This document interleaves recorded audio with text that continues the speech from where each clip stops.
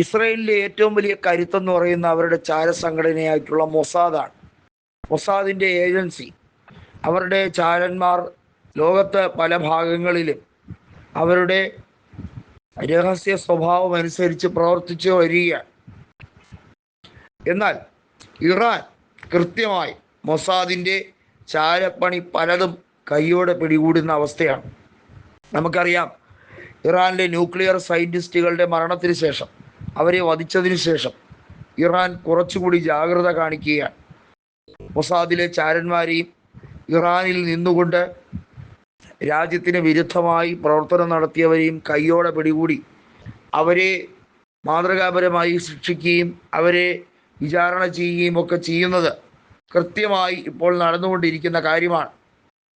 നമുക്കറിയാം, അമേരിക്കയിലെ പെൻറ്റഗണും അതുപോലെ തന്നെ ഇസ്രയേലിലെ മൊസാദും സംയുക്തമായി പല കാര്യങ്ങളും ചെയ്യാൻ ശ്രമിക്കുന്നുണ്ട്.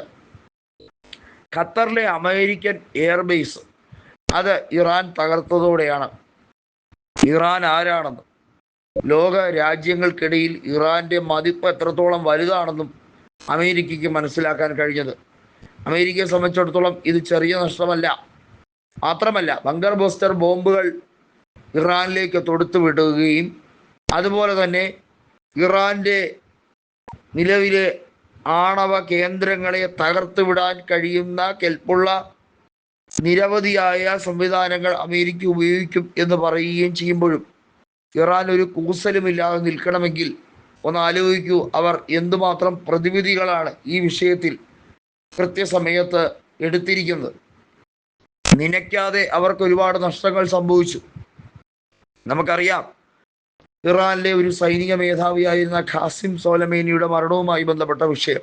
അന്നേരം വലിയ തോതിൽ ഇറാൻ തകർക്കപ്പെട്ടു, ഇറാൻ ഇനി അനങ്ങത്തില്ല എന്നൊക്കെ വിചാരിച്ച രാജ്യങ്ങൾക്ക് പലർക്കും കണക്കൂട്ടലുകൾ തെറ്റിയിരിക്കുകയാണ്.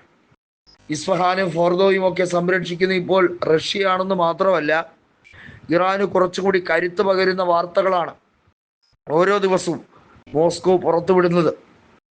മോസ്കോയും ടെഹ്റാനും സംയുക്തമായി ചേർന്നുകൊണ്ടുള്ള നിർണായക നീക്കങ്ങൾ, പ്രതിരോധ മേഖലയിൽ തന്നെ നിർമ്മിച്ചെടുക്കുവാൻ വേണ്ടിയുള്ള ശ്രമങ്ങൾ, അതുമായി ബന്ധപ്പെട്ട് ഇറാൻ തദ്ദേശീയമായി വികസിപ്പിക്കുന്ന നിരവധിയായ യുദ്ധ ആയുധങ്ങളുടെ ആ ശൃംഖലകൾക്ക് റഷ്യയുടെ കുറച്ചുകൂടി ഉത്തേജനം നൽകുന്ന രീതിയിലുള്ള സമീപനങ്ങൾ അത് പല രീതിയിലുണ്ട്. അതൊക്കെ വലിയ കരുത്താണ് പകരുന്നത്. പ്രത്യേകിച്ചും ഇറാൻ്റെ പരമോന്നതകാരിയായിട്ടുള്ള ആയത്തുള്ള അൽ ഖമീനി പറയുന്നത് പോലെ റഷ്യ ഇപ്പോൾ എടുക്കുന്ന നിലപാടുകൾ കേവലം ഒരു സൗഹൃദത്തിൻ്റെ പേരിൽ മാത്രമല്ല, ഇത് ഒരു സാഹോദര്യത്തിൻ്റെ തുടക്കമായി തന്നെ കരുതണം എന്നുള്ളതാണ് റഷ്യ വളരെ വ്യക്തമായി അസന്നിഗ്ധമായി തന്നെ പറയുന്നത്.